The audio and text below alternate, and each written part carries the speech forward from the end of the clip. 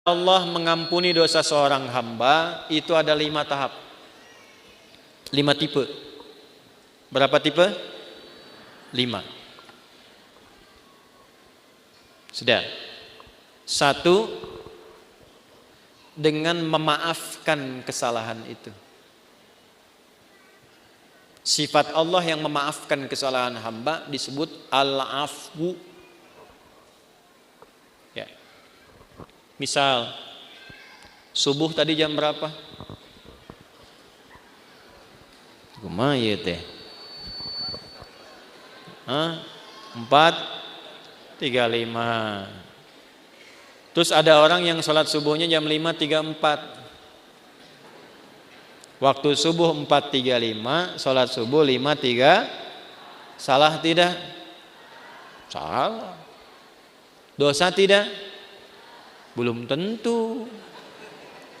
Kalau memang bangunnya kesiangan. Tuh. Dan memang tidak niat bangun kesiangan. Ada yang niatnya bangun kesiangan, malamnya begadang, nonton bola, menang, menangis, ya. Jagoan kalah, bangun kesiangan. Nah, dia bangunnya terlambat, salah, karena tidak tepat waktu, tapi belum tentu dosa. Maka dimaafkan oleh Allah kesalahan itu, ditunaikanlah sholat tepat saat bangunnya. Ya. Jadi kalau Anda terlalu lelah dengan beban kehidupan, kemudian tertidur cukup dalam, ya, lalu bangun tiba-tiba jam 8, walaupun keterlaluan sebetulnya. Bangun, ingat sholat. Nah, sholatlah saat bangunnya. Jadi jam subuh Anda itu pindah saat bangunnya. Ingat ya, waktu sholat orang yang ketiduran adalah saat bangunnya. Saya pernah punya pengalaman di Libya. Lagi ngisi ceramah menjelang buka. 5 menit lagi tinggal buka. Tiba-tiba jemaah angkat tangan dalam sesi pertanyaan. Ustadz, apa hukumnya orang yang puasa tapi tertinggal sholat? Saya tanya balik. Contohnya gimana Pak? Tadi saya subuh bangun kesiangan. Saya menilai bahwa sholat subuh saya sudah lewat. Jadi karena menyimpulkan sudah lewat waktu subuhnya, kehilangan waktu sholat. Dia tetap puasa tapi nggak sholat subuh. Zuhur sholat, asar sholat, maghrib belum karena nunggu buka. Maka bagaimana statusnya, status puasanya? Maka saya jawab, Pak, sekarang ambil wudhu, sholat subuh sekarang. Ya, betul, qadanya saat itu, saat waktu ingatnya di situ sholatnya. Jelas? Nah, itu salah tapi belum tentu mengandung dosa karena ketidaktahuan. Karena lupa jadi salah. Kan lupa itu suka menyebabkan orang tidak ingat kan? Nah, ketika orang tidak ingat berpotensi salah. Kan sering saya bilang, orang kalau korupsi itu bukan tidak sadar kalau korupsi itu salah. Cuman saat korupsi tidak ingat kalau korupsi itu salah. Itu, Bu. Hah? Ini kalau tertukar sendal pulang dari sini, ada ngambil sendal punya orang lain, bukan tidak tahu itu teh punya orang. Cuman tidak ingat saat dipakai itu punya orang. Nah, lupa itu nasya, salah itu akhta'a. Saya lupa nasitu, saya salah akhta'tu. Kita lupa nasina, kita salah akhta'na. Rabbana la tu'akhidna in nasina au. Nah, gitu. Ya Allah, kalau kami lupa dan dengan lupa itu salah, mohon jangan hukum. Kata Allah, saya maha pemaaf, saya maafkan kalau kamu memang sadar itu salah. Karena itu jawaban pertamanya wa'fu anna. Tuh, al-afu. Subuh 4:35, salat 5:34. Terlambat karena sengaja, bukan karena tertidur. Nonton, aktivitas begadang, tidak ada perlunya. Udahlah, sampai situ aja gitu ya. Tiba-tiba terlambat, salah. Dosa tidak? Iya, karena sengaja berpotensi menunda waktu Salat. Nah, itu ada kesalahan. Kesalahannya disebut apa? Dzambun. Bisa tulis supaya lebih terlihat. Tadi khotoun. Yang ini dzambun.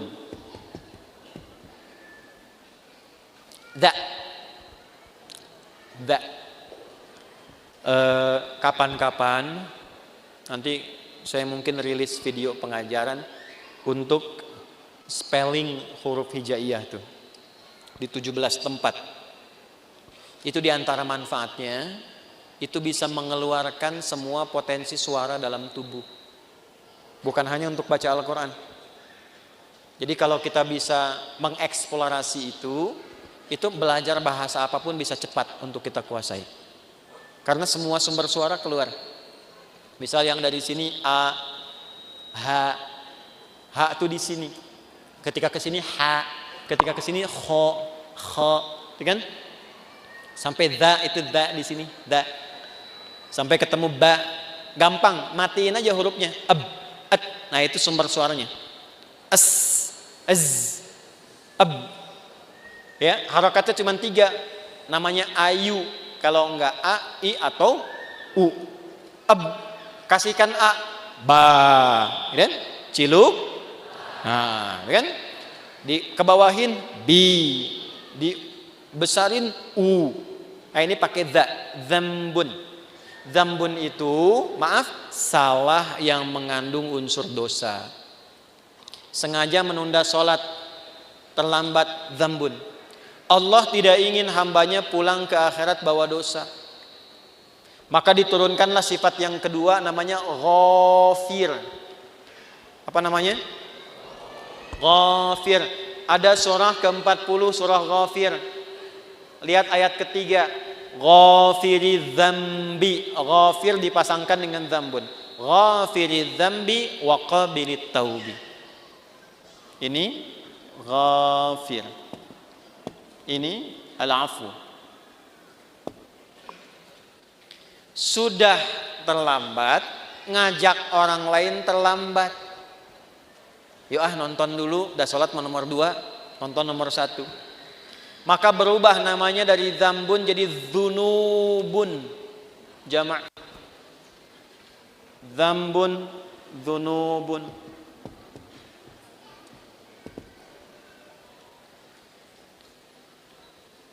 Sudah mencela, merasa paling hebat, merasa paling bagus, terakumulasilah dzunubun. Maka muncul sifat Allah yang ketiga untuk berpotensi menggugurkan itu. Namanya Ghaffarun. Ghaffar. Apa namanya? Di dalam surat apa? Surat Nuh ayat berapa? Ayat 10. Faqultu astaghfiru rabbakum innahu kana ghaffara. Kenapa menggunakan ghafara tidak ghafira? Karena umatnya Nabi Nuh sudah terakumulasi kesalahannya. Sudah mengancam Nabi Nuh, sudah nuduh Nabi Nuh, menjelek-jelekan Nabi Nuh, ngusir Nabi Nuh, menantang azab. Maka diturunkanlah kalimatnya bukan ghafir tapi ghafar. Sudah terlambat sholatnya, ngajak orang lain gak ke masjid, mencela orang yang ke masjid. Ayo atuh orang nonton heula, sholat dah sholat nomor 2 tuh. Isin aku itu ke masjid, ada eta mah soleh wungkul. Paham? Ya. Maka yang keempat ini ditambah ada zalimnya. Namanya dzunubun ma'adzulmi. Dzunubun ma'adzulmi. Dzunub dan zalim. Apa dalilnya? Contoh Quran surah 2 Al-Baqarah ayat berapa? Ayat 114 misalnya. Wa man azlamu zalim. Wa man azlamu mimman mana'a masajidallahi ay yuzkara fiha ismuhu wa sa'a fi kharabiha. Paham? Tidak. Siapakah kata Allah? Nih nanya sama kita, pertanyaan ini enggak usah dijawab karena Allah sudah Maha tahu. Namanya pertanyaan retorik. Pertanyaan retorik itu pertanyaan yang diajukan untuk menggugah kita supaya mikir, bukan supaya jawab. Seperti khatib Jumat nanya kepada jamaah. Sudah menerangkan, dia tanya, apakah jamaah semua masih merasa beriman? Jangan dijawab, masih. Nah, ini masalah. Saya pernah khutbah Jumat tuh, satu daerah di desa, ya kan? Bukankah Bapak ini semuanya beriman kepada Allah? Betul. Itu pertanyaan retorik. Allah nanya kepada kita, gak usah dijawab, supaya kita mikir. Maksudnya begini, kalian ini kenapa sih sudah berbuat banyak dosa masih zalim juga? Di antara perbuatan zalim dan banyak dosa, satu, ada yang sifatnya tentang ibadah di masjid. Orang yang mencegah orang ke masjid, sengaja menjatuhkan orang supaya keluar dari masjid, memfitnah ulama supaya tidak ada di masjid. Itu namanya dosa akumulatif plus perbuatan zalim. Syirik, inna syirka la zulmun azim. Syirik masuk kategori ini nih. Syirik itu zalim. Ya. Hati-hati ya, yang kecil yang besar sama saja. 7 dosa besar nomor satunya syirik. Baik langsung atau menggunakan perantara. Langsung mengatakan semua agama sama, menuju pada Tuhan yang sama, cuma caranya beda-beda. Itu syirik lisan. Silakan, saya kalau masalah akidah tegas saya. Menggunakan perantara, pakai dukun, saya langsung saja nih, saya nggak perlu minta maaf. Ya, pakai dukun, menggunakan jasa dukun, menerawang air tuh, kira-kira malaikat ngatur apa enggak nih? Gimana supaya enggak hujan? Bawa panci, bawa apa, tok segala rupa itu. Kita itu umat yang sudah diatur dengan syariat, doanya ada. Mau kita minta hujan berhenti, mau dipindahin, mau hujan sudah ada. Lengkap, sanadnya sahih. Minta hujan bahkan ada sholatnya istisqa. Mindahin hujan ada, dalilnya di hadis Muslim ada, caranya ada. Semua sudah diatur. Bahkan secara teknologi bisa dilakukan juga, ada rekayasanya juga ada. Nah, ketika menggunakan jasa-jasa, jasa lah gitu, ya, yang tidak diridhai dan ada dosanya, nah ini zalim perbuatannya. Tapi Allah tidak menginginkan dosa itu terbawa sampai meninggal. Itulah rahmannya Allah. Jadi Anda bayangkan Pak, Ibu, Allah saja pada orang yang syirik masih memberikan waktu sampai meninggal supaya tobat dengan rahmatnya. Masa anak Anda yang berbuat sesuatu yang mungkin Anda merasa melecehkan orang tua, Anda memvonis dengan durhaka dan dia mau memperbaiki itu, Anda tidak terima. Allah masih terima. Anda bukan Tuhan, sudah tidak mengakui sebagai anak. Di mana rahmatnya? Ini ya. Coba nanti di ujungnya indah sekali. Maka yang keempat namanya Ghafurun. Apa namanya? Ghafur. Ghafur. Pak Ghafur, nggak boleh cepat marah tuh. Tapi yang kelima, syirik iya, Allah, mencuri iya, menjatuhkan iya, minum juga iya, zina pernah. Dan hebatnya begini, kalau dengar orang berbuat tindakan kriminal maksiat, dia belum mengerjakan, rasanya dia merasa belum komplit. Mana naon we? Iya. Si itu mah pernah begitu. Oh, benar gitu. Orang oge arek lah. Nah, itu berubah yang kelima. Namanya israf. Apa namanya? Israf itu sudah berlebihan. Ada orang berlebihan dalam dosa, semua pengen dicoba. Masih mungkin diampuni enggak? Halo? Allah dengan sifat rahmannya masih menurunkan ampunan pada yang demikian kalau dia mau tobat.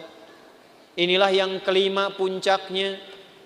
Ketika Allah ingin mengampuni dengan sifat kelima ini, tidak digunakan al-afu, tidak digunakan turunan dari kata ghafara, baik ghafir, ghafar ataupun ghafur, tapi yang kelima langsung disebutkan rahmatnya. Rahmat. Dengan sifat rahmannya langsung disebutkan kata rahmatnya, rahmat. Dosanya israf. Bahkan rahmatnya dilekatkan dengan sifat Allah pemiliknya. Ya, pakaian nisbah. Rahmat itu punyaku. Maka dengan rahmat yang aku punya, semua rahmatku aku punya nih. Aku tawarkan kepadamu ampunan supaya engkau tobat dari dosa yang kau kerjakan itu. Nih, ada yang pernah mabuk, pernah bunuh, pernah zina, pernah merampok, pengen tobat, pengen balik. Kata Allah jawabnya bagaimana? Hei, aku tawarkan kepadamu semua rahmat yang aku punya untuk mengampuni dosamu kalau engkau benar mau tobat. Kurang apa coba? Jadi kalau dengan tawaran itu masih ada yang belum tobat, keterlaluan itu. Dengan cara apa lagi Allah mesti ampuni? Di mana dalilnya? Quran surah ke-39. Di ayat berapa? 53. Bagaimana bunyinya? Qul ya ibadiyalladzina asrafu ala anfusihim la taqnatu mir rahmatillah.